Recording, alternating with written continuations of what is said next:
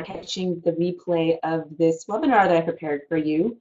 This class is designed for those of you who have zero knowledge of tarot, but you're interested in learning how to read the cards either for yourself or for your friends. And my goal by the end of this class is to give you the information that you need to get started on how to choose the appropriate deck for yourself, how to take care of your deck, getting some basic knowledge as to what tarot is. And I'm also going to give you by the end of this webinar 3 of my favorite intuitive reading methods so that you can begin learning how to make a personal connection with each of the 78 cards in the tarot, as well as noting the synchronicity between what you see in the card and what happens to you for any given day. And this is how we begin to build a foundation for our tarot practice when we're just starting out.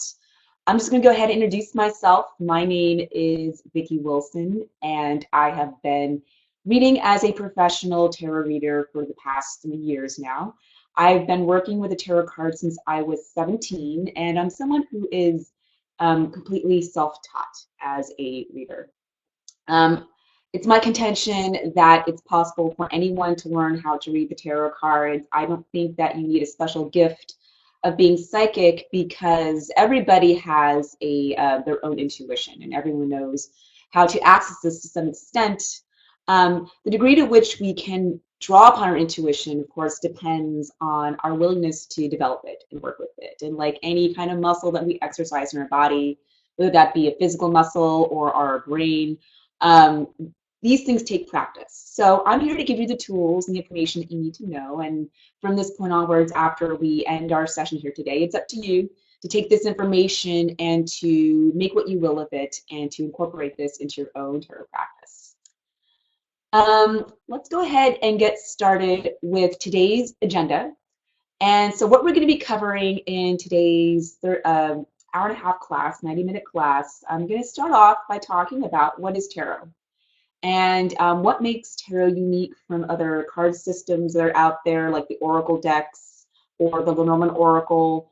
I'll also be talking about how to choose a tarot deck that is right for you, because there are hundreds, if not thousands, of tarot decks out there on the market, and not everyone is going to connect with all of them. So it does behoove you and it will benefit you to take some time to do some research and decide which of the decks you're going to connect with the most, so you're not purchasing decks that are difficult for you to read or that you don't have any resonance with, because they can be kind of expensive, almost 20 bucks a pop. I'm going to talk about how to cleanse and store your tarot deck and how to do daily maintenance of keeping your cards energetically clean so you can give accurate readings.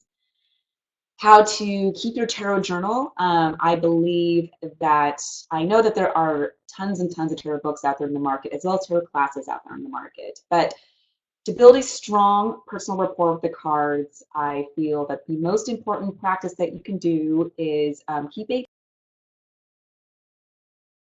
journal to record any thoughts you have on a card that you pulled for that day. And this is basically the foundation of your own personalized tarot practice. And your tarot journal will be the most important book, the most important learning tool that you have as you commence on your tarot journey. And then lastly, I'm going to wrap up this seminar with 3 of my favorite intuitive reading methods. You can, I believe that to become a tarot reader who gives insightful and accurate readings, that giving a reading is 50% relying on the quote-unquote rules that have been established in tarot by those who come before us. But it's also a matter of learning how to connect with your own intuition and learning how to make a personal connection to the cards. So, for example, if I pull the 4 of Cups, this is the 4 of Cups in the Rider-Waite-Smith Tarot, then I'm not only relying on the traditional definitions that have been given to me by people like Rachel Pollack or Mary Kay Greer.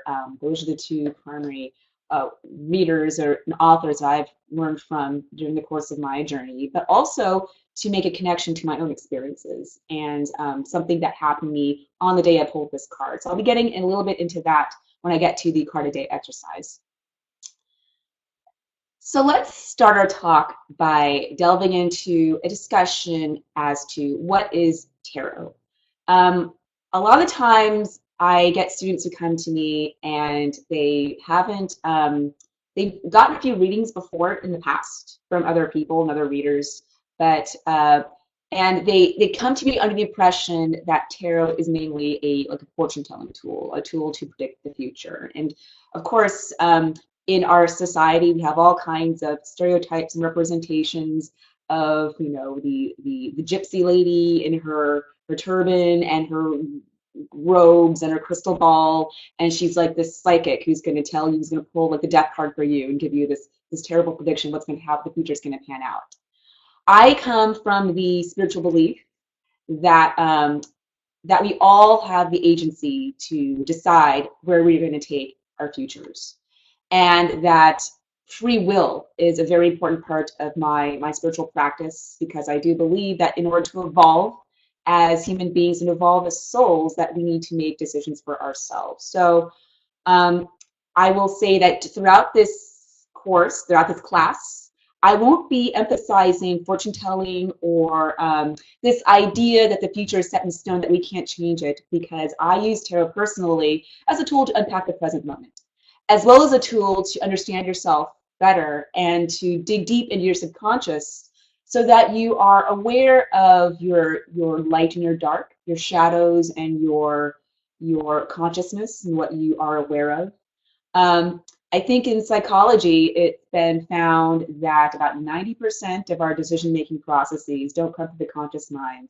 They come from our subconscious mind. And by the subconscious, I mean is that part of us that drives our behavior, but we're not always fully aware of what's going on down there, that we find ourselves engaging in patterns that we sometimes don't quite understand ourselves. And this is why a lot of us check into psychotherapy, or we have life coaches, or we get help from others who are outside of us, who can see what's going on much more clear than we can ourselves.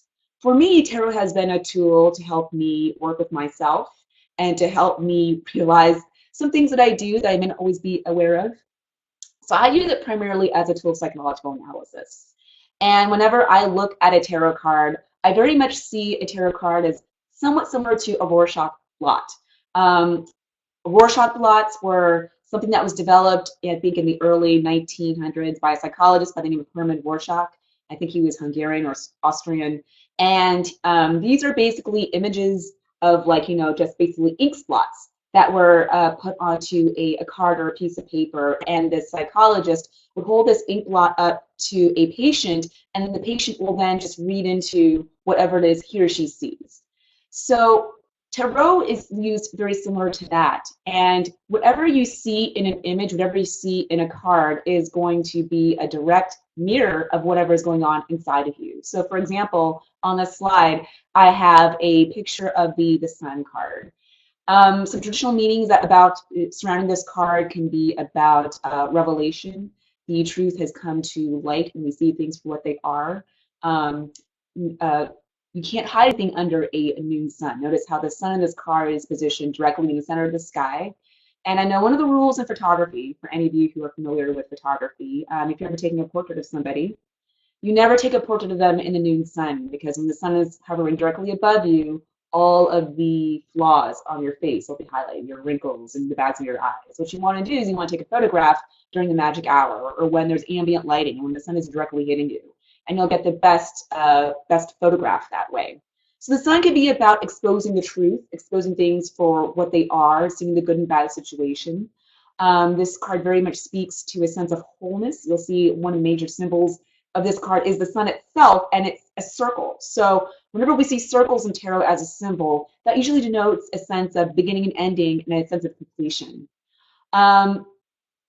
Also, this card is about innocence. So those are the traditional meanings of the sun, but sometimes I look at this card and I'll focus on a particular symbol. So for example, the 4 sunflowers in the background, behind the child, growing behind this wall. So those sunflowers may remind me of a time from my childhood when I was walking around my neighborhood and I saw a bunch of sunflowers that made me really happy. And I may connect this card with that memory that I have for myself. And that's kind of how tarot works, is that it triggers in us memories of personal experiences that we've had.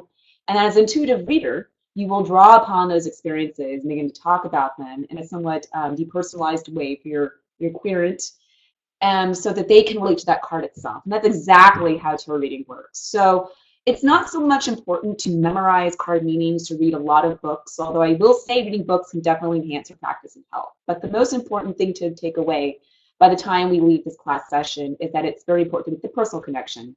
And also that this is how we draw out what is going on inside of ourselves, what is going on inside of our clearance. So tarot as a tool, psychological analysis, that's the primary way I use it. It can also be used as a tool for meditation and visualization. I know that these days in the new age and metaphysical circles, people are always talking about law of attraction. And the law of attraction, in a nutshell, is a way to harness your inner power, your inner desires, and to manifest something outside of you that you would like to see be made into a reality. And a big part of this practice is meditation. Before people used tarot cards for divination, to tell the future, to do readings, the original use of the esoteric tarot deck was to meditate with, and for spiritual practice, for spiritual growth. If any of you has ever taken a pathworking class, either at like the Gnostic Center, I know they offer pathworking classes there, working with the Kabbalistic Tree of Life, the major arcana cards in the tarot are used to, the symbols are used, you visualize the symbols in your mind, and then you allow your imagination to go where it will, and it will unfold and reveal to you certain things about yourself or certain experiences that are burrowed deep within your subconscious that will come to life in the process of meditation. So it's not always so much about seeing what's coming up in the future. Sometimes it can be about understanding yourself better. And I really do think that's a much more powerful way to use the tarot versus knowing when you're going to hear from that job you applied to last week, or when the guy you went out with a few nights ago is going to call you back. I really do feel that's much more productive to maybe interrogate the blockages you have towards love, or maybe fears you have taking a new job. That's how I use tarot. So it could be a tool to facilitate meditation, visualization, as well as a tool for spiritual growth. If you believe in the concept of spirit guides, I personally do. I believe that we can contact or access energetic forces that are here to help us make decisions and to help us understand what we came here to do. But the cards can also be a very excellent tool to get in touch with those guides. However you construe those guides, whether that's a force outside of you or within you, I personally believe it's within us, each of us. That's divine's within each and every one of us. The cards, if you don't come from any kind of spiritual or religious background, you can also use the tarot cards. I know a lot of readers who don't believe in any kind of concept of spirit or source energy or God, that they're atheists or they're secular. So you can also use the cards for artistic inspiration. As a writer, I like to write short stories, and I'm working also on a book, on a novel. I'll quite often turn to the tarot cards as a source for inspiration. If I'm stuck, if I need some ideas, I'll just lay down a few cards, and I'll basically treat each card as a storyboard and picture it as a narrative that is being told. So that's another way to use the tarot cards. And then lastly, I spoke about divination / fortune telling. Divination, I define divination as a means of connecting with your inner guides. And for me, fortune telling is kind of like what I talked about before, this idea that we can predict future events. I will say that I do believe there is a place for fortune telling in your tarot practice, that there are times when a person is not in control of what's going to happen. Like, for example, if you get a reading request from someone who applied to a school program, and all the materials are in, they've had their interview, and there's really nothing else they can do at this point, I think then it's appropriate to offer a predictive reading. But if you think that perhaps your querent does have some space to maneuver, does have some control over his or her situation, then I would encourage you to focus on a reading that's more about unpacking their options and helping them realize what they are empowered to do, what they are not empowered to do, and what is a viable course of action to take from them in that current moment. All right, so that's it for what is tarot. Let's talk a little bit about tarot versus other divinatory tools that are out there and what makes tarot unique from all these different modalities.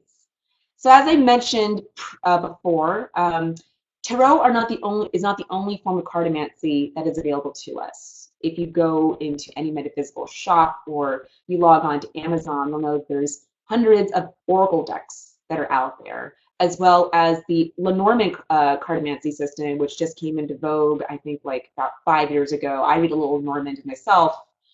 Um, it's important to distinguish between tarot and these other forms of card reading practice, because I find that sometimes people get a little confused about what the difference is.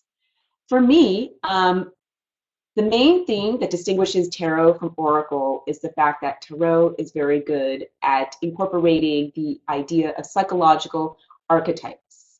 And if you take my Tarot 101 class, we'll be delving into a discussion of Carl Gustav Jung and his ideas surrounding psychology and spirituality. He was kind of a renegade in his day, and he put forth the idea that what happens in the spiritual realm and what happens within us at a psychological level are very interconnected. And this is how he was distinguished from Freud, who kind of like threw that notion out, and Freud was a secularist.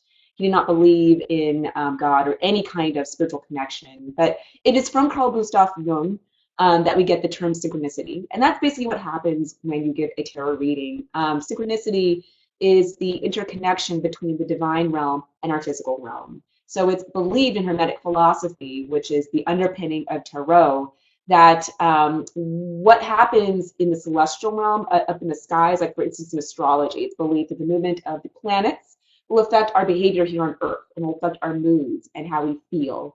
And the same thing kind of goes for tarot as well. Whenever you shuffle your deck randomly and you begin to pull out cards,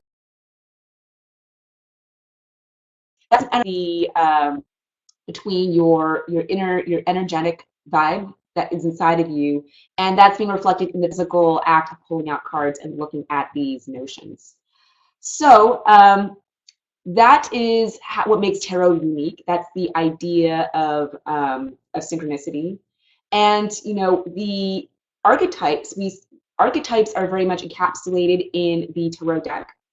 And it very much is a reflection of our inner psychology. And when I read with oracle decks, I find that is not so much present, that sometimes we have oracle deck creators who like to go off on themes, and it can be very uplifting and positive and fill you with hope. But it is not it will not show you the light in the dark. Some oracle decks are like that, and it can differ from deck to deck. Oracle decks are largely on their own system. What makes tarot unique from oracle is that tarot has a certain structure of 22 major arcana cards, 56 minor arcana cards, and within the minor arcana, 16 court cards that represent people or ourselves. And that is what defines a tarot deck. Tarot decks always have 78 cards within a standard tarot deck. Sometimes a deck creator may throw in an extra card, whereas oracle decks tend to differ. You may have a 36 card deck versus a 44 card deck and so forth. So slight difference there.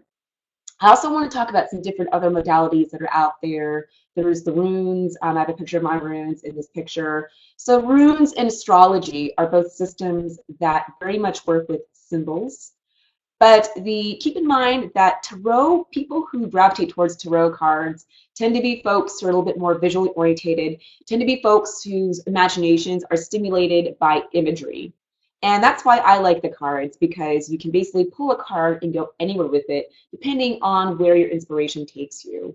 Astrology and runes is a little bit more, I guess the word I would look for is linear, that you're attaching maybe symbols to a particular meaning that it's really hard to shift when you draw a rune, or in astrology even, you're looking at the meanings of, you know, how you interpret a planet in a certain sign, and depending on what house is in it can change meaning.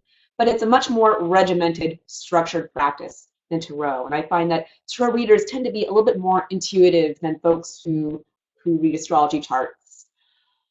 Pendulum, I have a picture of my pendulum here in the slide, and pendulums can also be used for divination. I know folks who offer pendulum readings where they're basically yes-no readings depending on the direction in which the pendulum turns.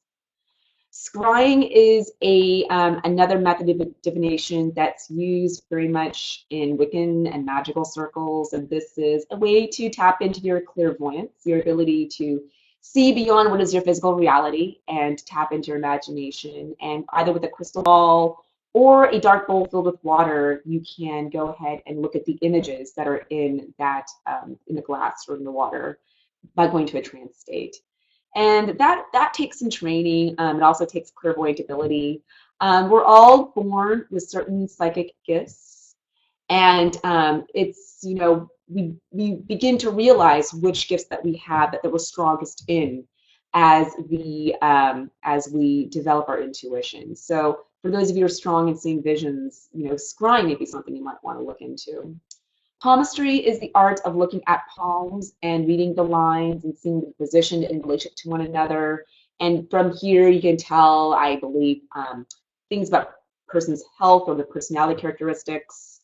Um, but again, it's a little bit different from tarot, because tarot, we're working with all these lovely images in the cards, and we really can take these images and sort of just run with it with our imaginations. And then finally, crystals. Crystals is another form of divination that I just became aware of about a couple years ago. And I know that there are people who will take like a big bowl of crystals and just like grab one at random. And depending what kind of crystal it is, they'll assign certain metaphysical properties to it. So for example, I may pull a blue lapis lazuli. And blue crystals tend to relate back to our communication capacity, our ability to express ideas and perceive things. I may pull like a darker black crystal. Like I have this piece of jet right here, and it's a black crystal. Black crystals are known for absorbing negativity and making sure that we aren't getting too down on ourselves. So that's another form of divination. So tarot, the takeaway is that it's unique in the sense that it's very visual. It is a card system that enables us to tap into psychological archetypes. And by archetypes, what I mean by that are universal experiences that we all have, regardless of race, of your gender, of where you grew up. Everyone knows what it means to love. Everyone knows what it means to lose someone, to grieve that loss. It doesn't matter, you know, where you come from. That's a human experience, and tarot captures all of those human experiences very well. And that's why it makes it easy to give a card reading for others, because it's not like we're getting like a magic vision of what's going on in the other person's life, but it's more that we're connecting with a psychological archetype that we relate to as well. So when we see a card come up, we begin to talk about with our querent what we've been through, and hopefully they can relate as well. That's my experience of giving tarot readings. So from there, let's talk about, for those of you who don't have your decks yet, how to decide on what is the appropriate deck for you. Now, I will mention that there are three major schools of tarot out there. The earliest school is the Marseille school, and Marseille decks are, I don't have the copyrights to show the images, but if you go ahead and if you want to Google a Marseille, it's Marseilles, Marseille Tarot. You'll see some of the older images of the first tarot decks that were first put out there right around the Renaissance times in northern Italy. And Marseille is a reference to a town in France that was renowned for paper production. So that's where the first tarot decks were produced. And so there's Marseille decks, there is the Rider-Waite-Smith deck, which is the system that I work with, and there's also the Thoth Tarot. And this is an image of the Thoth Tarot box. This was developed by Aleister Crowley in the 1940s. The Rider-Waite-Smith deck came out in 1909. It was created by Arthur Edward Waite and his artist, Pamela Coleman Smith. She's had her birthday 2 days ago, so happy birthday, Pamela Coleman Smith. These are the two major systems that many people work with today, as well as the Marseille deck. And what makes the Rider-Waite-Smith the most popular deck that's out there, the reason why most people, you know, when they're writing their tarot books, will use Rider-Waite-Smith, and the reason why most people choose to learn on the Rider-Waite-Smith first is because it's known to be the easiest deck to work with.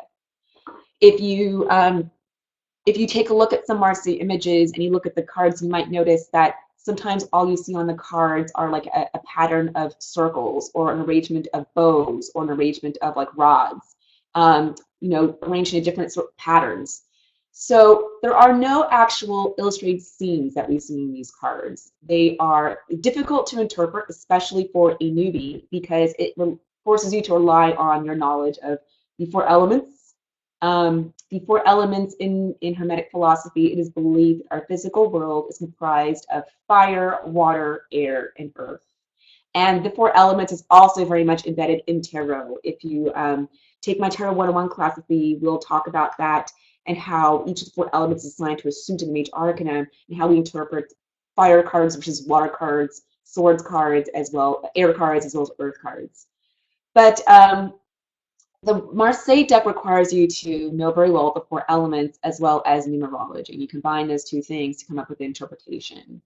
But the Rider-Waite-Smith is unique in the sense that instead of those images of patterns of rods or sticks, instead what we find is that we have actual scenes or being illustrated each of the minor arcana cards. So for example, I can pull let me just work with my deck here and see, I can pull the Five of Swords, for instance.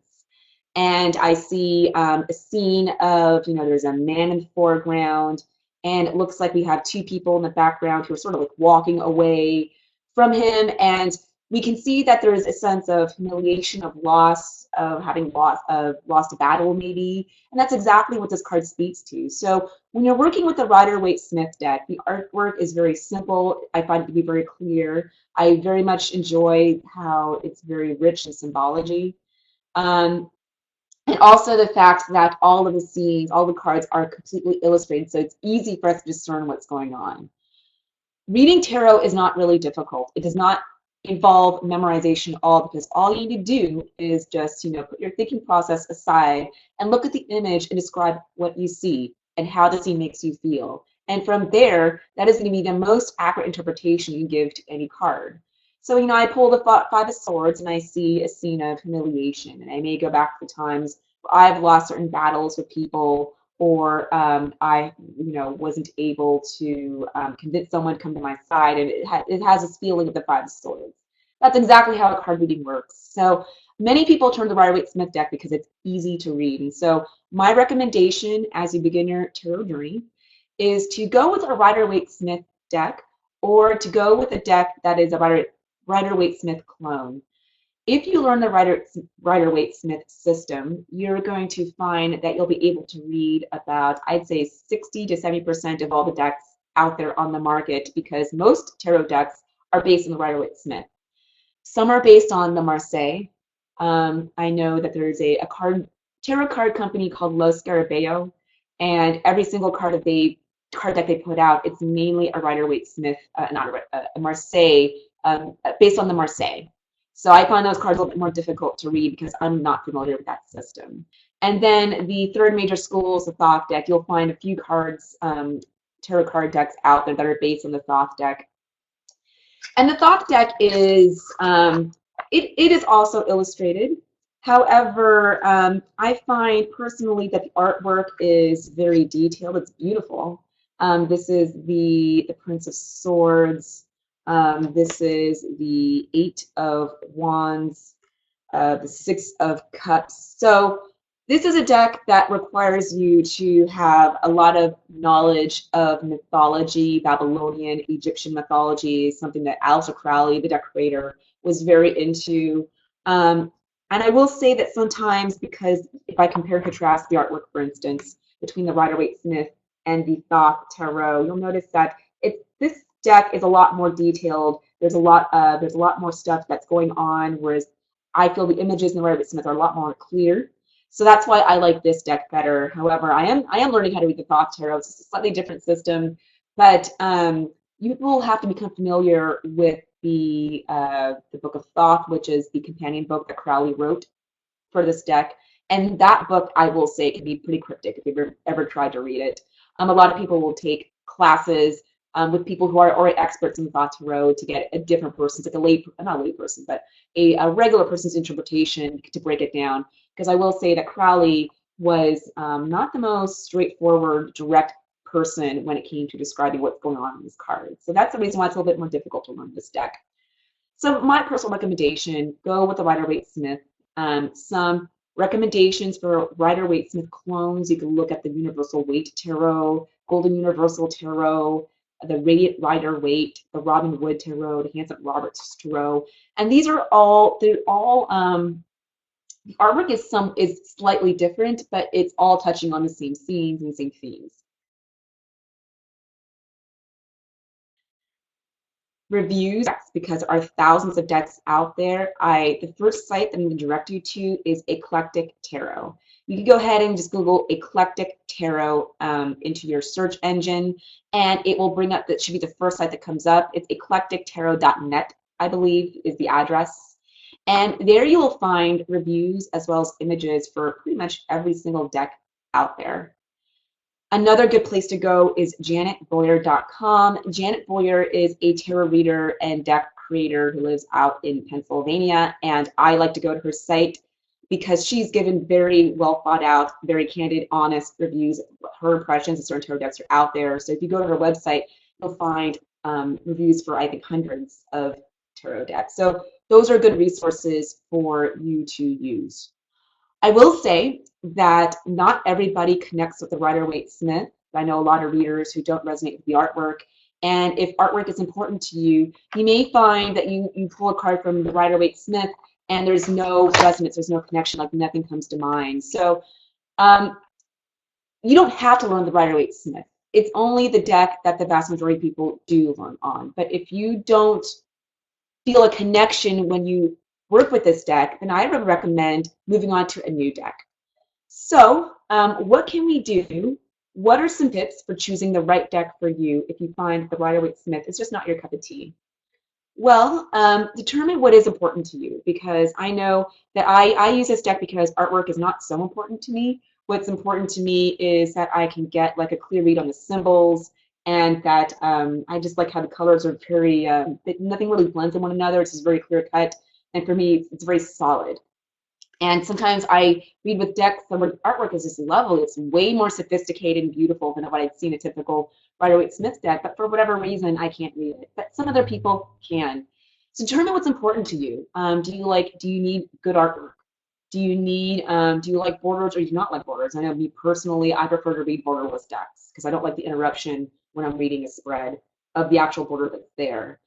Do keywords bother you? In the Thoth deck, every single minor arcana card has a keyword. So for example, the Six of Cups is pleasure. But not everybody wants to associate this card with pleasure. In the Rider-Waite-Smith Tarot, the Six of Cups doesn't speak to pleasure so much as it speaks to childhood nostalgia and going back to memories from the past. So some people don't read the Thoth deck specifically because the keywords throw them off. They don't like being locked into that one definition. They want the freedom to go expand outside of that. And so you may find that you just don't jive with decks that have keywords on the cards themselves. Scenic minors. So for me, it's really important to have scenic minor. I've never connected with a Marseille deck. I used to own one. I no longer do because I just couldn't read with it. And so I gave it away. But I like scenic minors. For some readers, they work really well with a Marseille deck, and they, that's just their thing. Occult content. A lot of people don't like the kinds of tarot decks that have the astrological symbols and correspondences written on them, as well as the Kabbalistic symbols. That's a distraction. Some people don't read esoteric decks. Well, some people, will gravitate towards decks like the Shadowscapes or decks like the Wildwood, which is more Wiccan than anything else. So decide what's important to you, and then use that as a guide to direct you towards the right deck for you. Before we purchase a deck, I do recommend looking at the entire deck, because I have found that I will purchase decks based on like maybe one or two cards I really, really liked. But then I get the deck in the mail and I look at it and everything else just doesn't, resonate at all. So you want to make sure that you can work with all the cards, not just a few of them, because you may find yourself you're not able to read certain cards when they come up. And a good way to do this, the best way, if you live in Los Angeles, this is ideal because you have so many metaphysical and occult shops that are here. There's a great one in Pasadena called the Alexandria 2. And at Alexandria 2, you will find deck samples of every single tarot deck they have for sale. I think last time I went there, they had hundreds for sale. So the best thing to do is to go to a shop like that and to take the deck out, take a look at all the cards, um, notice how they feel in your hands. If they resonate with you, you should have some sort of energetic response to the deck itself, and that is the best way to determine if a deck is right for you or not. And if you, I know that a lot of people don't have access to a shop like that, so I will, again, Eclectic is the second best place to go. You'll find at least like 9 or 10 card images for each deck, not the whole entire deck, because the copyright versions, most people who write deck reviews aren't able to publish every single card image, but we can publish a few. So that might be a good way to gauge whether or not you think a deck is right for you. And choose a deck that will keep you engaged. I know sometimes there's a lot of hype. For those of you on Instagram, sometimes you'll notice that certain decks get trendy. Like I know for the past year, it's been all about the Wild Unknown Tarot by Kim Krans, and everyone knows that deck is so popular. Urban Outfitters started selling it. That's how popular and mainstream it got. And so sometimes you want to, like, fit in with the crowd or go decks that are like hot and trendy, but it's not always going to be a deck that resonates with you. So always, no matter what the trend is or how popular a certain deck is, my recommendation is just choose the one that you like and choose the one that you can read with, because again, this is a personal tool for you. And it's not about showing off being popular. It's about finding the deck that you resonate with the most. And only you can determine that for yourself. All right, if there are any questions on anything I have mentioned so far, you can go ahead and feel free to type that in the chat box. And while you're doing that, I'm going to go ahead and talk about different ways to cleanse a tarot deck. So first, why would we want to cleanse a tarot deck? Well, for those of you who are very energetically sensitive, you may approach a deck and they feel kind of mucky in your hands or feel kind of like heavy and stagnant. I've experienced that before in the past, and you don't want to really move those cards. And it's also important, if you are a high volume reader giving many readings a day, that you want to make sure the energy from the previous reading does not follow into the next reading. So this is why we shuffle, shuffle, shuffle. It's so important to give your cards a really good shuffle, because that is the #1 way to rearrange the order of the cards to make sure that we're not pulling the same card over and over again. And so I thought I would take a break here to do a little shuffling demonstration, and I'll show you a few ways I shuffle.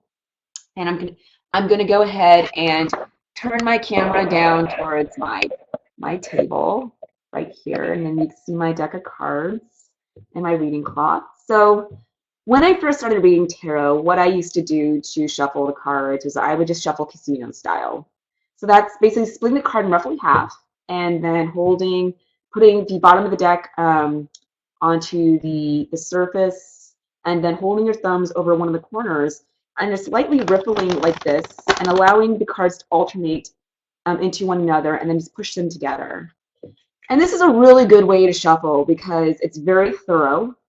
If you do this just a few times, your cards will be completely rearranged in a different order.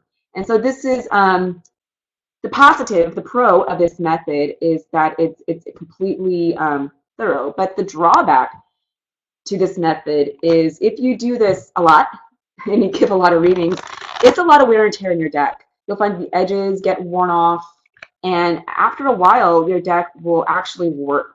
It will bend in the center. This deck is showing it just a little bit. I don't know if you can see it, but it is slightly bent this way, like in a horseshoe. What you can do to fix that is to change direction and shuffle upwards. Now, I know a lot of card readers will say only shuffle downwards. You don't want to see the image of the deck. But I will do this anyways just to maintain the shape of my cards, because after a few years, your cards will get a little bent out of shape. Another way to shuffle is to simply, if you have a big table, spread your cards around like this and mix them up. If you read reversals, make sure you're turning some cards upside down and get them good and rearranged and shuffled. So the cool thing about this method is that it's kind of like putting chaos out into the universe and then bringing the chaos back together. I'm a double Virgo, so I kind of like this idea of making a mess and making it clean again. It gives me a sense of satisfaction. But this is another means you could use if you have a large reading space. Sometimes you always don't have this large reading space, or sometimes we don't have a cloth to prevent our cards from getting dirty, so you may want to always use this method. But that's another way to do it. And then you would simply put your cards back together into a single pile, and then you got to pull from the top like this. Or what you can do is you can lay out your cards in a row like this, and then simply hover your hand and find where if you're energetically sensitive, if you feel like a draw, or if you feel like a certain area of the deck is warmer, you may want to gravitate towards that and pull out certain cards based on what you feel, like this. Oh, that's the second time I got Temperance. And then this card. So that's another way to do it. The third method of shuffling, this is the method that I use. So I like to simply hold the cards. I'm right-handed, so I'll hold the cards in my left hand, and I'll take my right hand. I'll just pick up a few cards from the bottom, and I'll slightly allow the cards to fall on the surface of the deck. And I like doing this because I don't always have a large reading space to work with. Sometimes I read in coffee shops, and I don't want to spread my cards all over the table. So I'll just shuffle like this. And you can also shuffle so that you're putting some cards on the top of the deck as well as the bottom of the deck, like this. And this is a good way to make sure that when you pull a fresh spread, that the cards are completely random and completely mixed. So shuffling techniques, that's one way to cleanse your tarot deck, to make sure that you have removed the energetic residue that's lingering from a previous reading. Other methods of cleaning a tarot deck, you can meditate with your deck. If you have any kind of energetic healing training, I'm Reiki too. So sometimes before reading, I will I'll need to turn my camera down one more time. I will just put my cards down on the reading space, and I will put like a crystal on my deck, like so. Then I'll just draw my symbols into the tarot deck, and then I'll put my hands over and allow the heat from my hands to penetrate the deck itself. And I'll just focus in my mind visually on a light that's literally cleansing the deck. And that's one way to do it if you have like an energetic training. Energetic healing training. So you can meditate, do Reiki. That's one way to cleanse your deck. If you do meditation, it's a good idea to visualize a white light that is literally cleansing every inch of your deck. And in Hermetic philosophy, we believe that the imagination is actually a gateway to magic, the magical realm. So anything that you can visualize, anything that you can bring a clear image of into your head, you can manifest into your external reality. This is actually the basis of the law of attraction.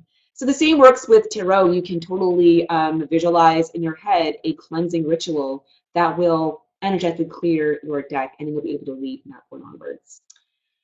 Salt burials. Salt is known to be an absorbent of toxins. For any of you who are familiar with pranic healing, that's another form of energy healing. So in pranic healing, basically working with energy that's moving outside of you, I believe. And when I've received pranic healings, the healer will put a bowl of salt on the floor, and then she'll move her hands, or he'll move his hands over like my body, and she's feeling my aura, and she's swiping negative energy off my body into the salt bowl. And that's where the salt bowl, it collects all these toxins, and then you just throw the salt out in the toilet. So the same concept applies to tarot. You can, if you feel that your the energy of cards is kind of heavy, or you feel like something negative, like I know I've had certain people touch my cards and their energy wasn't that great, and I very much wanted to make sure it was removed before I did anything with the dead. So buried in salt, that's going to absorb toxins. A moon bath, if it's a full moon especially, you can put your cards out by your windowsill and allow the light to penetrate the deck. And that's another way to cleanse your deck, especially for someone who's very sensitive to the phases of the moon. I know there are a lot of people out there who work with the moon, like a lot of witches especially, will do that. Smudging. Smudging is a form of working with smoke and fire. So I have my smudge stick pictured here on the slide. And this is a bundle of sage. And you basically light the sage with a lighter, and then you allow the smoke to drift up, and then you just cover your deck over the smoke. You can also do this with incense. If you have an incense stick, incense cone, that's another way to cleanse your tarot deck. And then finally, sounds. You can use singing bowls, tuning forks, bells, any kind of music. The vibrations that music and sound creates will be effective to clean your tarot deck. I have a singing bowl. Sometimes I use that. I also have a bell that I like to use. And this is if you're in a space where it's not safe to burn something like a smudge stick or a stick of Palo Santo. I know in the past I set off my fire alarm by doing that. So you may want to simply use sound as a means to cleanse your deck. So there's multiple ways to cleanse your deck. And again, you want to try to keep your deck clean in between readings so that you don't have energetic residue moving into the next reading that you do. Storing your tarot deck. I get a lot of questions from folks who want to know about the proper way to store their decks. And there's a lot of rumors and myths out there about, I've heard the one about silk, that it's only appropriate to store your tarot deck in silk because there's something about silk itself that makes it deflect negative energy, that keeps your deck protected and clean. I'm not discounting that. I think that's absolutely true. And if you can afford it, if you have the means, the resources to buy a bunch of silk bags for all your decks, by all means, go ahead and do so. But I will say I have found in my own practice that it doesn't really matter what the fabric is or what it's made out of. You can store your tarot deck in a beautifully crafted bag. There's lots of vendors out there who make tarot bags, tarot readers out there who do this. If you go into Etsy or eBay, those are two really good places where you can find hundreds of bags that are just gorgeous. And, a lot of people like to keep their deck in a very sacred, ceremonial type of container because for them it's a very spiritual and respectful thing to do. However, I've also seen people who just carry their decks around in a sandwich bag and then they give readings that are done on afterwards. So what means you use to store your deck in, whether it be a beautifully crafted bag or a box or wrapped in a scarf, it's not going to affect the outcome of your reading. But for your own sense of what's right and your own sense of propriety or aesthetic appeal, you may choose to use something a little bit more that's decorated and looks pretty because, the cards are special and we want to treat them as such. So you can think about, getting a special box. I use boxes to store some of my decks, a bag, a scarf. I don't think it matters what the fabric is. The vast majority of the bags I use are synthetic nylon that I buy in Chinatown for $3 or $5 each, really cheap because I don't like to spend a lot of money on material bags. Or whatever you want to keep it in is fine as long as you're keeping your cards out of the sun. I recommend cleansing your cards in the moon, but not the sun, because the sun it gives off very strong energy and will actually fade the ink on your cards. You don't want that. And keep them away from heat. You don't want to actually burn your cards or warp them. Keep them away from moisture, because moisture will obviously ruin the deck of paper. So just make sure you're keeping your cards clean in room temperature. And another tip, you may want to think about putting a little crystal, a little quartz crystal, amethyst, into the tarot deck, because crystals are known to emit their own energy and they have their own metaphysical properties. So you can keep them tuned up, quote unquote. What I mean by that is cleansed, and keep them ready so that by the time you pull your deck out for a reading, they're ready to go. Just give them a few shuffles and you're ready to read.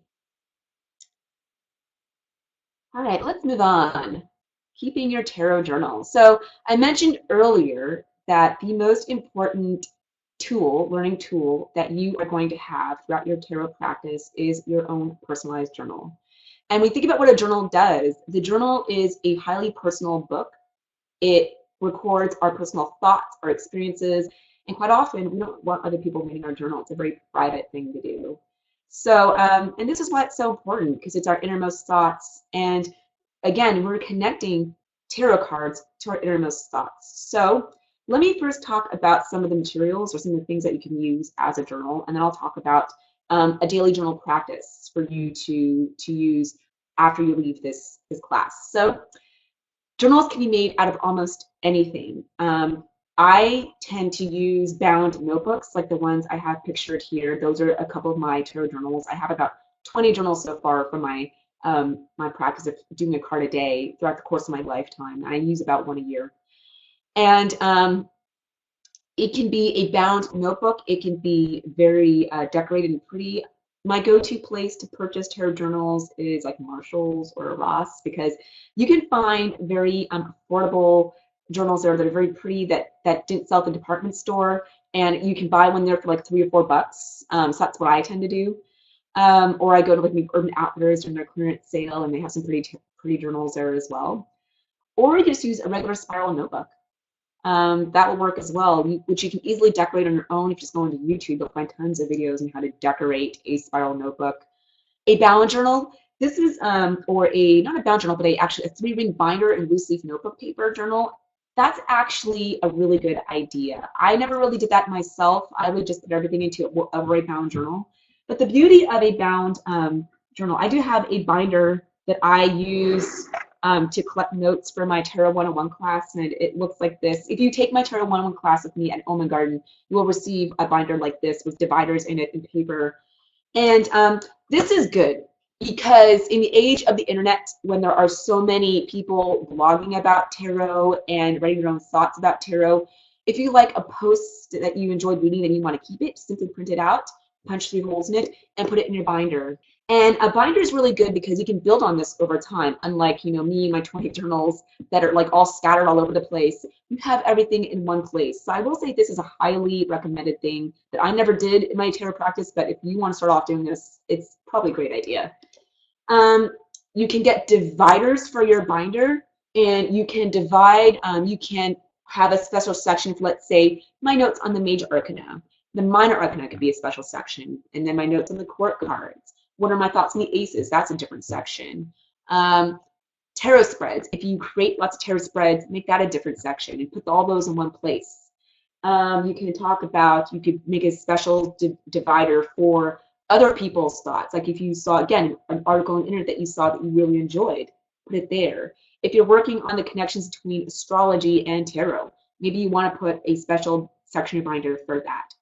And then with your loose leaf paper, you can take tons of notes, and these notes will grow over time. So I will provide some journaling prompts for you in the next slide, but that would be the basis.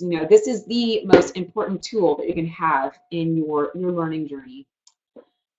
If you don't want to keep a physical 3-ring binder, I know a lot of people don't like the space that it takes. You can also think about just a Word document stored on your computer. The risk there, of course, is that if you don't have that backed up and your computer fails, you may lose that. So if you go that route, just make sure with electronics, there are snafus all the time. And things go wrong, some things are out of our control. So just make sure you're carefully backing all your notes up. You can start a blog. This is a way that a lot of people like to learn tarot, so they simply put their thoughts out there, and it's also a great way to connect with other readers who are out there as well. I know a lot of people don't live in places where they have a lot of people who are also into tarot as well. So it is important to find your tribe, to find people to share ideas with. I really love the Instagram scene. That's another suggestion that I made, because there's a very vibrant tarot culture right now on Instagram, and many talented readers who are out there to connect with and to share ideas with and to see what they have to say. And you may become inspired based on something that you saw on Instagram or on the blogosphere, to take a different approach or different take to the tarot deck that you never thought of before on your own. So tarot can be a solitary practice if you want it to be, but I do recommend branching out there. And I'm an introvert, so it's not easy for me to make that recommendation, but it has enriched my experience, and it has made my learning process a lot more fuller than it could be if I just kept to myself. So I do like the internet as a tool that you can utilize. It's very easy to access for hopefully most of us. That's something to keep in mind. All right, now now we're getting into things that you can do to actually begin the learning process and how to make a personal bond with the cards. I will repeat that there's lots of books out there, but sometimes you may read a book and let's say someone has a take on the Judgment card that, I will say it's a difficult card to grasp because it's it's describing a psychological, psychospiritual process that not many of us undergo. Judgment is very much about turning within and looking at ourselves and looking at the stuff that we don't like to see and pulling it up to review, to take a candid look at it. And that's not everyone is in their development, in their human development, that they're ready to go there. So it describes a process that not a lot of people can connect with because not all of us have been through it before. When I first started reading tarot at age 17, I pulled that card and I just draw a blank because I was too young and experienced to really understand what this card meant. It wasn't until I was in my early 30s, actually, that I started noticing I would pull a card, judgment card, like every other day, and I'd record it in my journal. And then I would note all the stuff that was happening around me with my relationship, with my work. And it took a while, actually, using the card a day exercise to make the connection. It was actually about 6 months after that time period that I looked back. I thought, oh, okay, that's what judgment means. It's all about, willingly, being in denial of certain things, and then all of a sudden it's exploding, it's coming at you, and it's like through synchronicities and all that. So that's what it means to learn tarot. That's what it means to really make a deep connection with the cards. A lot of people offer classes where they make promises like, I'll teach you everything you need to know to read the cards like a pro in 31 days, or I'll teach you everything you need to know, and I offer a 7-week class.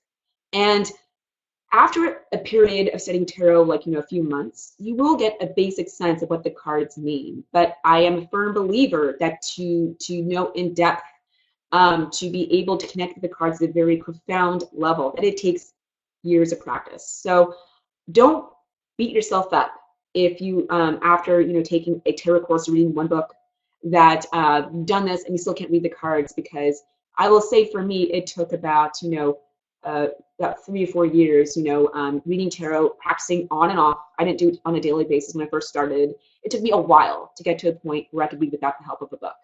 It took me a while to make a personal connection with the cards, because this is a lifelong learning process. And once you start on this path, this tarot journey, it's a journey that never ends. And that as you grow older with experience, that your understandings of the cards just grows richer and richer and richer. So, and this is also a reason why when I get card readings, I tend to turn them more to older folks, to more experienced folks, because those are the people who are more likely to have a very rich understanding of what the card means to them. And I want them to bring that knowledge to my reading. So, way you get started on this journey is by a simple card a day exercise. And this is going to give you a stronger foundation to work with tarot than any class you ever take or any book that you read, because this is the means through which you make a personal connection. So what you do with this exercise in the morning, I like to do this in the morning, before you start your day, you can shuffle your deck and pull a card. And in your journal, take note of the following things. First, what is your immediate reaction to the card? When you look at this card, what is the first thing that you see, and how does it make you feel? Again, tarot is an intuitive process, and it is something that is helping us develop our intuition to learn how to trust it. Sometimes, have you been in a situation where things feel kind of off, but everything seems right on the surface? No one said anything bad, but there's something that's kind of off, that you can't put your finger on. That's your intuition talking. And tarot is a tool that helps us develop that to make it even stronger, so that we learn how to trust those feelings. Because a lot of times we feel that something is off, but we go through whatever it is we're supposed to do anyways and ignore that. And that's usually when I land in trouble. I know that's, when I ignore my intuition, when I ignore my gut instincts, that's when I veer off the wrong path, and I end up making some mistakes that I wish I had not made. But then I learn from that. And over the course of some time, we learn how to trust our intuition. So that's exactly the muscle you're exercising when you're pulling a card a day. You want to go with your first instinct, your first reaction, because that is always going to be the right reaction.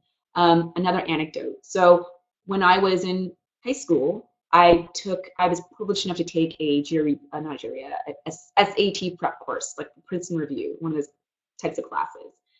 And I remember the most important piece of advice that my instructor gave me when you're looking at those multiple choice options on the exam. Don't second guess yourself, because if you have a feeling that like C is the right answer, it's probably it. But I know a lot of students second guess themselves and they will go to another answer instead and circle back because they don't trust themselves.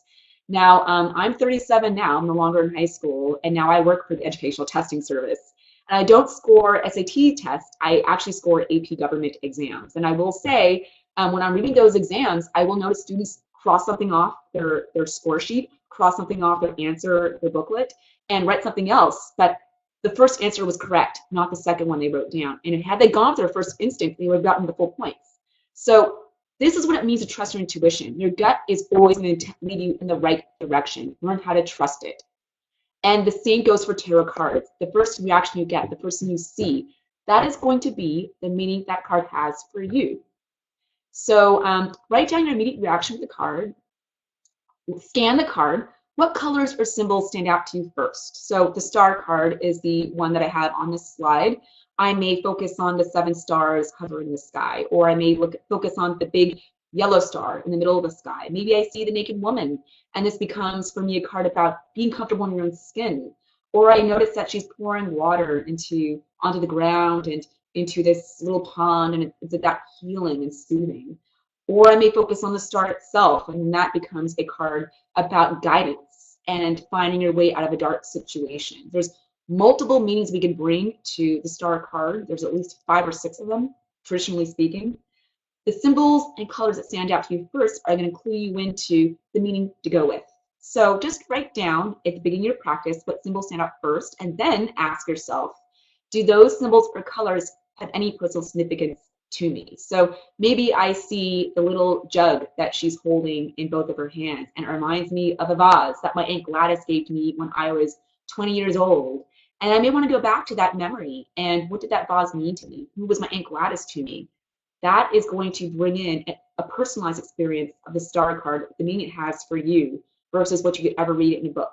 Because books are always somebody else's interpretation of the cards. You want to arrive at your own interpretation. And once you have your own interpretation for every single of the 78 cards in tarot, you're going to become like an expert accurator. And then lastly, okay, think about what the figures in the cards are doing. Quite often we find tarot cards feature multiple people. So if I pull the 5 of Wands, for instance. So in this card, I see a bunch of people hitting each other with sticks. And it seems like it's a very high energy situation because you're not really relaxed or kind of like tensed up and in fighting mode. So this is a card about competition. This is a card about fending for yourself. This is a card about maybe being at somebody else's, each other's throat. Depending on your personal experience with competition, some people do not like it. I personally don't like competition. I tend to like bear weight for any opportunity I get. So whenever I pull the 5 of Wands, for me, it's kind of an exhausting card because it's kind of exhausting. It's tiring to always put out so much energy, and it's something I prefer, a situation I prefer to avoid. But a lot of people see this competitive situation, they're kind of turned on by it. They're riled up and they like competition. I have many friends like this. So they see this card, they see something a little bit more positive. And I see this card, I see a scene that's a little negative. So depending on where you come from and how you view this scene, that's going to be a very important factor that you build into your interpretation of the card. And hang on to that, like because that's your own nuanced understanding, that's your own take, and you're going to apply that, your own understanding, to someone else's reading when you read for them, and it'll be, I guarantee, it'll be an accurate interpretation. And finally, note what emotions are being expressed in the cards. So sometimes we see cards that, it's very clear that there is something very emotionally, like a very clear emotional valence. So for example, if I pull the 9 of Swords, this is a card that many people do not like getting in a reading because it's kind of creepy. It's like this dark background. Pay attention to colors. So whenever we see black in tarot, black is by definition the one color that is the composite of every single color in the universe. So I know some people argue that it's the absence of color. I actually take the opposite view. It's every single color in the universe. So it's very rich. It's very omnipotent. It's very all-encompassing. It could also represent darkness and what we can't see, because when things are pitch black, that's when we have no vision. That's when we don't know what's coming up ahead of us. So you'll notice in this card, she's holding, the figure in this card is holding her head in her hands, and she seems upset. You see these 9 swords are sort of stacked up in the background. She's in bed, so it's like she's woken up from a nightmare. So this is a card that could speak to insomnia. It could speak to anxiety, having nightmares, not feeling good about a situation, being worried about a situation. And those are very aligned with traditional meanings of this card. So there's a clear emotional expression that's being conveyed in this card versus the Hermit. So I pull this card. This is also a very dark card. There's a darker background behind him. It's not pitch black like we see in the Nine of Swords, but it's kind of gray. He's wearing a gray robe. And this is kind of somber. It's not sad, not as anxiety ridden as the Nine of Swords, but it is a little bit serious, right? So we could kind of get from this card a serious vibe. Astrologically speaking, this card corresponds to Virgo. And Virgo is the sign of, the teacher, the sign of someone who, Virgos are known to be kind of stern themselves. I'm a double Virgo, and I with Saturn in my ascendant to boot, so I'm a very serious-minded person. I don't make a lot of jokes. I'm not that kind of funny haha person, but I take things very seriously and I'm very detailed about everything. So that's kind of the vibe we get by just looking at the emotions of the Hermit and the fact that he is very contemplative and looking downwards, not focusing on what's going on outside of him, focusing on what's going on within him. And we can read that based on the emotions of this card. So note those 5 things in your journal. It doesn't need to take that much time in the morning. If you don't have time in the morning, do it at the end of the day before you go to bed. And the next day, return to your journal entry and remind yourself of the card you pulled and then what happened to you that day. Did anything happen that day that speaks back to the card that you pulled? And then write that down. And if you do this every single day, this is a daily exercise. It is important to be consistent with anything we do, like working out at the gym. If you want like a gym body, right? You have to be consistent with it. And the same goes to tarot. You need to exercise your tarot muscle every single day. So take note in your journal. When you come back to your reading, what happened to you that day?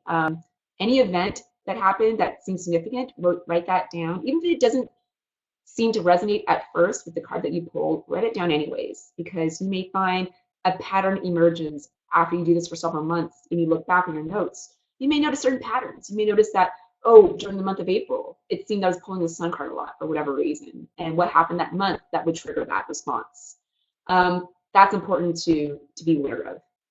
And then also, do the day's events reflect your thoughts on the cards? So you may not find that there's immediate resonance or immediate connection that, that aha moment that you get to figure out a card meaning. But again, sometimes it takes time. So I guarantee after doing this for about, a few months, like 3 or 4 months, after you've gone through each card at least twice or 3 times over, that you're going to begin to make a solid connection between yourself and the cards. And this is the #1 way to learn tarot. All right, so again, any questions, go ahead and type that into the chat box, and we're going to move on to the final portion of today's presentation, which is intuitive reading methods. So like I said, it's you can go out and find lots of books out there. Some recommendations I'll make. The Bible of Tarot, in my opinion, is a book called 78 Degrees of Wisdom by Rachel Pollack. And this was my first tarot book that I bought in the 90s. I think that she wrote this book in the 80s, actually. But it is a wonderful storehouse of knowledge because she knows so much about mythology and narratives and stories as well as Kabbalah. So I very much enjoy Rachel Pollack's book on tarot. I'll also recommend a book called 21 Ways to Read a Tarot Card by Mary K. Greer. That's another tarot classic out of the 80s. And that's another book that I work with very heavily. And in that book, you'll find pretty much every single reading technique that's available. A lot of the ideas I utilize in my practice come from her. And Mary K. Greer wrote another book called Tarot for Yourself, another book I recommend because Tarot for Yourself emphasizes the personal connection to your cards. And that's the approach that I take as well when I teach tarot. So those are 3 books that I recommend to anybody who's starting off on the tarot journey. And that's where you get the quote unquote the rules of tarot, learning about the structure of the major arcana, the minor arcana, the court cards, how we interpret each card depending on which category it falls into, and so forth, how to read certain symbols, learning about numerology and the four elements, how we combine numerology and four elements to combine into a card meaning. But you don't necessarily need to go there. A lot of readers are, if you're blessed with psychic gifts, I do believe that psychic phenomena is a thing. Although I don't call myself a psychic reader because it's not, I call myself a intuitive reader because for me, I'm really just pulling off my memories and I'm just pulling off patterns I see in the images. And from there, I can give an accurate reading. But psychics will pull on, they hear like voices or they see images or they just think of something spontaneously and they'll draw on that to give a reading. And that's what I mean by psychic reader versus an intuitive reader. Anybody can be an intuitive reader. You do not need to have any psychic gifts at all. But I do believe that everyone is psychic to some extent. It's just that whether or not we choose to develop that and take that further. That said, I'm going to get into 3 intuitive reading methods that anybody can use regardless of your psychic abilities. So the first thing I'm going to recommend is looking at card titles. And you have 3. I'm going for 3 card titles. Looking at the emotions that people are experiencing in the cards. That's one of the prompts I gave you for journaling, as well as symbols. That's another prompt I gave you. So to show you how this works when we read tarot cards. And let's see, let's go to this slide. So intuitive reading method number 1, look at the card title. What do you already know about the words in the card? And from that will clue you into the card's meaning. So for example, I have the world on this slide. So this is card number 21 in the Mage Arcana. The card actually wraps up the Mage Arcana. So by that one fact that we know alone, we could say the world is a card that's about conclusions. It's about an ending. Specifically, I associate this card with a successful ending because it's like, if you look at the emotions of this card, going to the second intuitive reading method, it seems kind of happy. You can look at the face, the figure in the center of this card. Now, I will say it looks like a woman. Technically, however, this figure is a hermaphrodite. It represents somebody who is of both male and female gender. When you take my Tarot 101 class, and if you decide to take it, we talk a lot about dualism and binaries in our physical world, because this is a theme that comes up again and again in tarot. For instance, in the Justice card and High Priestess card, any card where there are 2 pillars, any card where black and white are being contrasted with one another, any card where gender is being contrasted with one another. Here we have a single person who has dual gender identity. So this is kind of like the morphing of 2 opposite things. And in Kabbalah, in Hermetic philosophy, this is kind of like the end-all and be-all of life, of human experience, is understanding that trapped in our human meat suits, that division, duality is kind of like a fact of the human experience. It's something we can't change.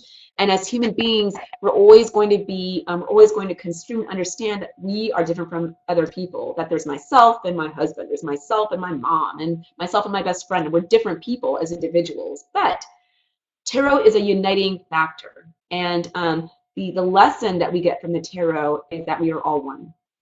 And I do believe that for me is a fundamental spiritual truth. And that idea is expressed in the world card, in the unity of the wreath that surrounds the world dancer. And the world dancer, him herself, is a dual gender person who has combined this dualistic principle into one solid thing. But just focusing on the title of this card, it is called the World in the Rider-Waite-Smith deck. In the Thoth deck, this card is called the Universe, and I think this is also called the World in the Marseille deck.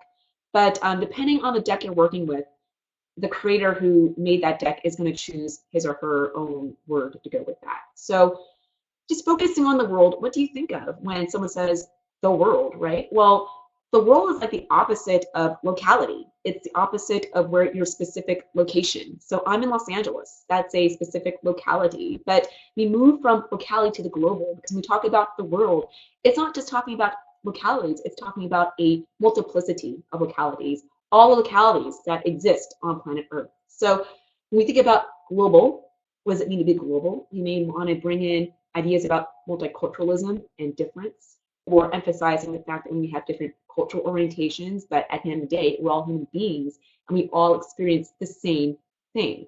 That for me is very much embodiment of what it means to be global. The world can come up when someone's done a lot of world travel, going to places that are different from what you know, being exposed to different things.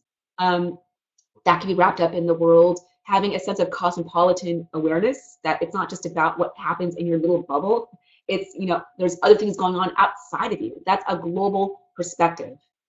We can think about overseas travel. If you're doing like fortune telling style type readings and you're literally reading into someone's outside events versus what's going on inside them psychologically, you can think about, oh, are you going to go on a trip soon? That can very well be the case if you pull the world for a reading. And I also think about someone, when you think about the world worldly, that tends to describe someone who has a lot of experience being in different places. So I think about someone who's experienced, somebody who's cultured, and someone who has a willingness to look outside of their locality and experience new things. Let's look at the star. So as I mentioned before, if you get heavy into reading tarot books, you'll notice that many people bring different interpretations to the card. In fact, this is one of the most things that frustrates so many beginners at the start of their journey, is that there are so many different definitions. Which one do I go with? And this is why I say you go with yours. You don't go, you can read other people's interpretation, but the number one take you want to utilize is your own. So that was a caveat. That was an aside. But let me focus back on the star. When you think of the word star, what meanings, what kinds of associations do you make? Jasmine, I see your question. I'm just going to go to, I'll get your question at the end of the course. I'll address that at the end so I can just get on with the presentation. The star is, for me, when I think about the star, I think about make a wish. You see a shooting star in the sky, the first thought is to make a wish. Oh, I want this to happen. So many people regard the star as the wish card in the tarot because that's the personal association they make. You can think about guidance, because when you think about stars, think about when you go camping, when you go hiking, it gets dark and maybe you're lost in the area. You don't have your GPS or a map with you. So what are you going to do? You can look at the North Star, because the North Star is going to be the star that signals the direction north. And once you know where north is, then you know where east, west, and south is. So this could be about guidance. And when a lot of people pull the star, they think of your spirit guides. The energetic forces and entities are here to guide and direct you, to help you make decisions that are going to help you grow. Or you think about healing, because the star, lying at night underneath a canopy of stars, I've done this before, Topanga Canyon, it's so soothing, it's so healing. And I've had experiences, in nature, being in the wilderness, where I've had very transcendental experiences, I feel, with spirit. And so for me, the star is a very healing experience, because it's quiet, it's nighttime. I love these kinds of environments. If you look at the scene itself, it's very serene, it's very calm, it's very soothing. And so these are meanings that we bring the star card and come up and read. You do not need to memorize definitions. You just talk about what you see going on in the card. So focus on the title. That's going to clue you in to the card's meaning itself. And you always have to think about, when a deck creator is creating his or her own deck, and they decided to put a certain word on that deck, it's because that's their specific take on that card. And you may want to consider that as you give a reading. Be aware, depending on the deck that you're using, you may come across different titles for the suits. So in the minor arcana are the 56 cards in the tarot that describe everyday life situations. The major arcana are the 22 cards that describe higher order life lessons and spiritual experiences, as well as psychological development. Minor arcana cards describe, how things tend to play out in everyday life. And different deck creators have settled on different titles or different ways to name those suits. So for example, for the suit of wands, in the Rider-Waite-Smith deck, the element of fire is expressed through the suit of wands. So I've heard people call this suit staffs, rods, batons, trees, arrows, and depending on what they decide to title that deck or that suit, it's going to somewhat shift the meaning that that card has, right? Because if I decide to describe the suit of wands as a suit of trees, well, then that's sort of emphasizing the element of fire that is life-giving, that grows. If I decide to name my suit the suit of batons for suit of wands, that's sort of emphasizing the element of fire that's about being combative, about being in competition with one another. Fire-oriented people In astrology, astrologers also utilize the notion of the four elements. So the fire signs in astrology are Aries, Sagittarius, and Leo. And all of those three signs are known to be a little individualistic minded, um, individually orientated, and that's a fire quality. So you may want to think about that when you think about batons versus arrows. So arrows are very fast, right? They sort of shoot through the air. And arrows, you may want to think about speed that fire implies. If you look at a fire, a bonfire that's going on, fire changes very quickly. It morphs into different shapes, like almost instantaneously. And if you ever, like in California, we have a lot of brush fires here. So on a hot summer day, when the air is bone dry, that fire can move across a field in like seconds if the wind is really strong. So you may want to think about the speed of fire if you're working with the suit of arrows, for instance. So the title will always slightly modify the meaning that you bring to that card. Cups, I've seen people call the suit of cups chalices, vessels, grails, and rivers. The suit of swords, I've seen people use blades and daggers. So that would bring up the contentious emotion behind intellectual debate, and sometimes you get into fights. Swords, a lot of people interpret the swords court cards as the warrior cards because they too tend to hold swords, and we use swords to defeat people. We use swords to fight people. Knives, same idea going on there, as well as birds. Now that's a little bit different. Some people will call the suit of swords referred to as birds because birds are an air animal. They fly through the sky. So that for me brings up this idea of communication much more, because birds, they tweet, they make sounds, they chirp, and they're very airy. So when I think about birds, it's going to bring a different connotation to if I was looking at the Four of Knives, for instance, or the Five of Daggers, for example. Pentacles. So the suit of pentacles, I have seen the suit of coins. In the Thoth deck, it's called the suit of discs. I've seen some people call it boulders, and that brings up a very earthy kind of element, like this is of the earth, as well as stones. So you want to connote to those words however you associate those words with. That is the meaning you bring to the card based on the title alone. Let's move on to intuitive reading method number. Okay, so I came up with some exercises. Intuitive reading method number 1, look at the card title. So this is, again, reiterating what I've already gone over. Based on these titles alone, what meaning would you assign to these cards? Let's focus on justice. And if you want, go ahead and type into the chat box words, ideas, concepts that you associate just with the word justice. And I guarantee that if you type that in, we're going to find that very much aligns with the traditional meanings of this card. So when I think about justice, what I think about is, one, the truth. What is the objective truth? Because when we're bringing someone to justice, we're trying to get down to the truth of the situation, right? As well as what goes on in the court of law, because the judicial branch of our government, the Supreme Court and all the federal courts, the appellate courts that come beneath that, are all about examining evidence. That is one meaning we bring to the justice card.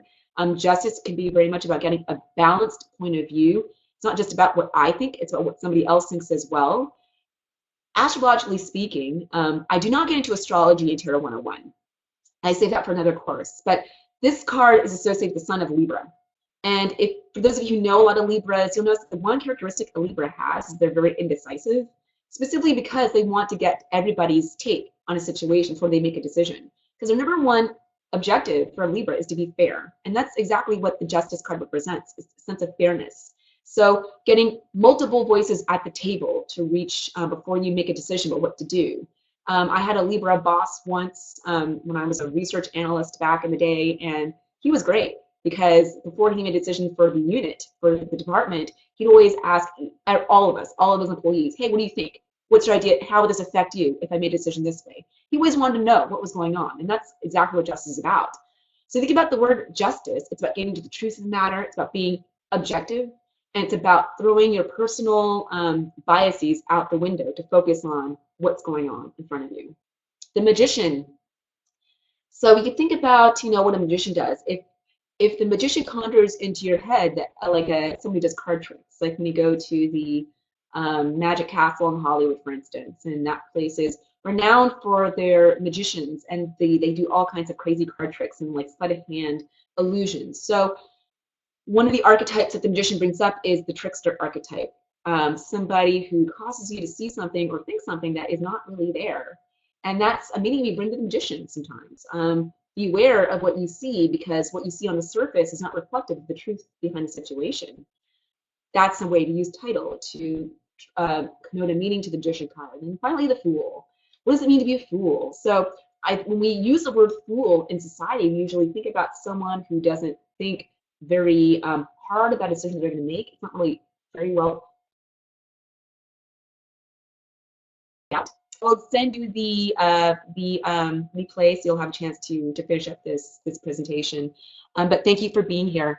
And so, what does it mean to be a fool? This basically means that you're kind of carefree, that you don't really plan things too hard. You may not be cautious. So we see in the image of this card, he's about to walk off the side of a cliff. He's not really looking straight ahead of him, and that could be foolish, right? So you may want to think when you pull this card, and you may say to your variant, it's the fool. So you may want to be careful, look before you step. You want to think a little bit harder before you plunge into something head first, because you don't want to make, you don't want to end up in a situation that you did not intend to be there. So this is how we use titles to arrive at a card meaning without having memorizing anything. Okay, intuitive reading method number 2, look at the emotions that are going on in a card. So use emotions as intuitive trigger.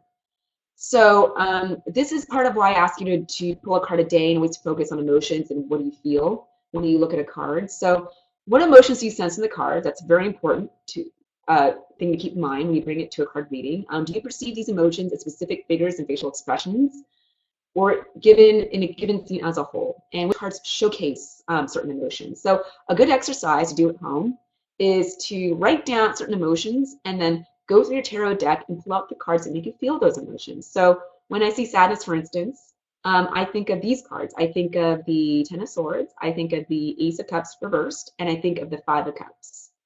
So I'm not going to teach reverse. Well, actually, if you take Tarot 101, I will offer a webinar on how to read reverse tarot cards. But for the time being, I'll just say that the Ace of Cups reversed, when it's in an upright position, it means happiness. When it's reversed, for me, that means a great deal of sadness. So these are all cards that, to me, express sadness, being forlorn or grieving something. And I feel that that is very clearly expressed in all of these cards. Go through your deck and think about the cards that bring joy to you. So maybe, I know for a lot of people, it is the maybe the Page of Wands, because the Page of Wands is a card that's about finding, being adventurous and being open-minded. Or it could be the Sun card, which is all about, we saw that card a little bit earlier, it's all about being happy and joyful. So go through your cards and figure out what cards trigger a series of emotions, and write that down in your tarot journal. And that's another way to learn, make a connection. Let's move on to intuitive reading method number 3, pay attention to symbols. So I mentioned before that any given tarot card and tarot deck is going to have multiple meanings attached to it. And this is what makes it so frustrating for people in the beginning, because there's at least 10 meanings for the Chariot, for instance. So which one do I go with? My recommendation is to, when you pull any tarot card, scan the card from top to bottom and take note of the first symbol that you see. Because the first symbol that you see is a card that your intuition, your subconscious mind, is drawing you to first. So that's the most important thing to emphasize. So that's going to influence the specific take you bring to that card. And once you settle on that symbol that you see, what you want to do is you want to make a personal connection to that symbol. So what does that symbol mean to me in my life? I'm going to go over a few, the most common symbols that you'll see occur again and again in the Rider-Waite-Smith deck. So for example, when you see children always emphasize innocence and joy. Like, children don't have the burdens of responsibilities. They're happy to be in the moment. They're free to be in the moment. And this is why they tend to have more like imaginatory powers than adults do. Because adults have to think about daily, everyday stuff. Children don't. So they're free to play. They're free to explore. They're free to learn new things. Clouds can represent, clouds are of the air, and in Tarot 101, in Tarot in general, air corresponds to our thinking capacity, our intellectual capacity. So clouds, we see clouds in the sky, those are always cluing you into the current state of mind.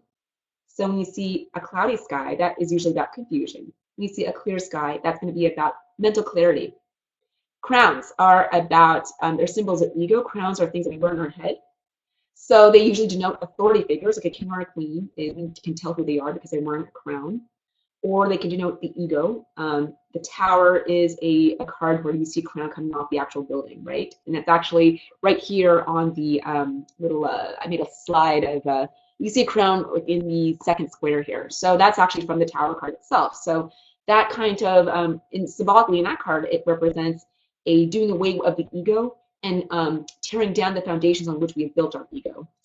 It can also represent royalty as well as a leader. Hills, when we see hills in tarot or mountains, they can indicate varying levels of awareness and experience. So when we see mountains in tarot, for example, I was holding up the Hermit card earlier, and oh, here he is. So you'll notice that the Hermit is standing on a mountain peak, a mountain top. And this mountain brings us to a higher elevation. It brings us closer to God. So when we see mountains in tarot, it's always a symbol of wisdom. And this card itself is a card that's about wisdom. He's here to learn about himself. He's here to gain some kind of wisdom.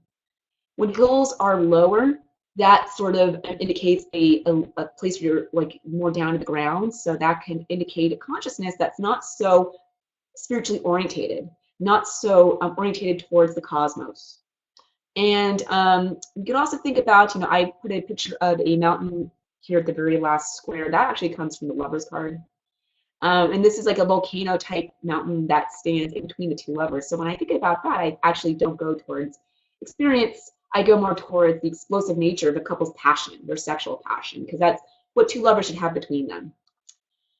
Mountains, okay, so hills and mountains, I kind of explained mountains already. Mountains can also be about reaching new heights, growth, as well as boundaries. Robes, we always pay attention to what people are wearing. So for example, here's the Hermit again. You'll notice that he is wearing a very drab kind of robe. It's gray. Gray is the intersection between black and white. So when we're in the gray zone, we're recognizing things aren't so simple as we want them to be. They're not so clear cut. So it can describe like a nuanced take on a situation, or gray also comes into symbolize wisdom, because when you reach the conclusion that the world's not so black and white, then you have the freedom to explore other avenues and engage the complexity of life. That's exactly what gray represents. So robes, we pay attention to what people are wearing. So we know from his robes that he's all about wisdom because it's gray. We also know it's kind of plain. So he's not here to make a statement to other people about who he is. He's not here to be a show off. He's not here to talk about or subtly communicate what his status in society is through what he's wearing. Versus we'll take a look at this guy in the Two of Pentacles. So he's kind of wearing this tunic and these leggings.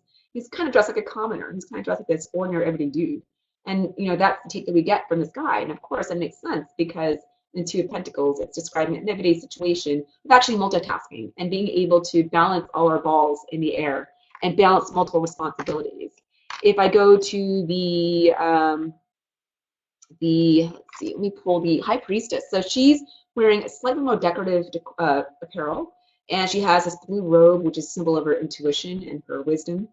And she's wearing the white robe underneath it, which is a symbol of her purity. So pay attention to what people are wearing, because that's going to clue you into who that person is and their status in society. People wearing very beautiful ornate clothing in tarot can indicate people of high stature, people of authority, people who are very well regarded and looked upon, versus someone like the Hermit who doesn't care to make a statement. He's just here on his own. He's not here to impress people.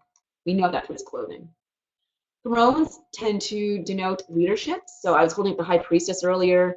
She sits on a throne and she's an authority figure. I kind of think of her sometimes as the queen of the underworld, like a Persephone type figure from Greek mythology, who's here to help us explore the depths of our subconscious. So anytime you see someone sitting on a throne, that's because they're a leader and that they're here to make things stable. Trees indicate growth and nature, so bear that in mind. Water, whenever we see water in tarot, it's all about our emotions, our dreams, our subconscious. Finally, wings. Wings are about, whenever you see angels, like in the Lover's card, for instance, from the Two of Cups, it's about ascending to something. It's about growing. It's about becoming higher. I also refer to divinity because quite often we see wings that are on an angel in the tarot cards. And angels come up frequently, at least 3 times in the tarot deck. So I believe that, let me see what the next slide says. Okay, so pay attention to symbols also when you have a spread of more than one card laid out before you. You want to note the recurring symbols. That's really important. And again, make the connection between that recurring symbol, what it means to you. Whenever I see circles, for instance, that's the #1 symbol I see in these cards. That's actually why I picked these cards in particular. So in the Moon, the Page of Pentacles, and the Wheel of Fortune. We notice that what unites all 3 of these cards is the roundness, the wheel and the Wheel of Fortune, the moon in the moon card, as well as the coin that the Page of Pentacles is holding. So for me, this is going to be a spread about completion. It's going to be a spread about wholeness. And what's coming into completion? Well, that's when I go into my individual cards to get a sense of that. So those are my 3 favorite intuitive reading methods, and I hope you can use this information, apply it to your own reading practice, and you'll get a very accurate, good reading just based on the information I've given to you today. And that's pretty much all I wanted to say for today's presentation. And I will go ahead and give my own tarot course a really quick plug. If you want to dig deeper into exploring the tarot cards, I am offering a 7-week course called Tarot 101 that's starting up this next weekend, actually, February 25th, next Saturday. And this is a course, this is the rules of tarot, and getting into the Kabbalah, getting into the Hermeticism, getting into the numerology and the 4 elements and all of that. So you're going to learn how about Hermetic and Kabbalah principles underpin the tarot, how to interpret the major, minor, and court cards, because we bring a different spin to the tarot cards depending on what category they fall into, which I didn't really have time to get into today. We'll get into 7 intuitive reading methods that I use, how to read card combinations, how to read the interaction between cards, get a more nuanced understanding of what the cards are saying, as well as how to create your own tarot spreads. And you can do all of that for only $99. I'm offering a special to everyone who attended this presentation, as well as everyone who signed up for this presentation on the millions to get the replay. And I'm going to offer that until today's Saturday, so I'll offer that until Monday morning. You'll have a chance to enroll in Tarot 101 for only $99. And I'm offering these classes live at Only Garden in Sherman Oaks. The address to that place is on my website, and I'll be sending you a follow-up email to give you all the information where you can take this class. You will get the class workbook, which is in this binder. So everyone will be getting a binder if you take the live version with me. If you're taking the online version, for those of you who are not in LA, then I will be giving you the workbook in PDF format, but everyone else will be getting a workbook in a binder. You'll also have membership in the Facebook student group, where you get daily exercises to engage yourself on an everyday basis. And you will also have access to all 7 classes and the recordings for the lifetime. So you can watch that after the course is ended. If you can't make a course, they will all be recorded, so you'll have access to that class by the following Monday of the class. So $99 is a really great deal to get a solid sense of the rules of tarot and exactly what's going on and its history and its foundations. And so that's going to be it for my presentation today. And Jasmine, I want to answer your question. Your Tarot 101 course starts, does it go into the interpretation of each card? Yes. So in this class, I do provide my own keywords for all of the 78 cards, and we'll be going through each of the cards in depth. That's why it's a 7-week course, because there are many, many courses, many cards in the tarot deck, and we can't really address that in a 90-minute webinar session. But if you take Tarot 101, yes, I will give you my own spin on the cards, and we'll be talking in a class, a group setting, so get other people's take as well. And Jasmine, you also asked, with justice, I also think again it's something you deserve. Oh yeah, like a sentence, not necessarily always bad, but can be something good also. Like I worked hard for something and I'm getting something. Yes, exactly. So Jasmine, so you use your intuition, and you use the title. And I will say that's exactly what justice means. So it's also regarded as one of the karma cards of the tarot. When it comes up in a reading, it's always asked, it's actually calling you out kind of, and saying, well, you have this take of a card. Then you want to know your own role in the situation. So it's kind of like saying you did something to yield a certain situation, and that's why you're at where you are. So it can be kind of a harsh card. I mean, she's kind of a harsh person with that sword. She's very cold and distant. It's not an emotional card at all. And some people say it's kind of like, well, I'm showing you what you did to produce this outcome, and not everyone wants to hear that in a tarot reading. So another thing about tarot readings is that you have to figure out ways to phrase things that people don't take it the wrong way or not offended. And then Jasmine asks, can I pay for the course in person in the store? I live down the street. You can, if you show up to the First Day Tarot 101, you could pay with me. But the folks at Omen Garden, like Maggie or Jerome, they won't be taking payment at the cash register. I can take a payment if you show up on the first day class, or you can just pay through my website. However, the $99 special is only good for until Monday. So the class starts on Saturday. If you come in Saturday and pay in person, it's going to be $150 versus the $99 special. So I suggest you just pay over the internet. I take PayPal, and that's how I'll be processing your payment anyways if you pay in person. If there are any other questions, I'll just hang out for a few minutes because I see that you're typing something. But for those of you who are watching the replay, you can go ahead and get in touch with me at victoria@eternalathena.com. I will send you my email address through a follow-up email.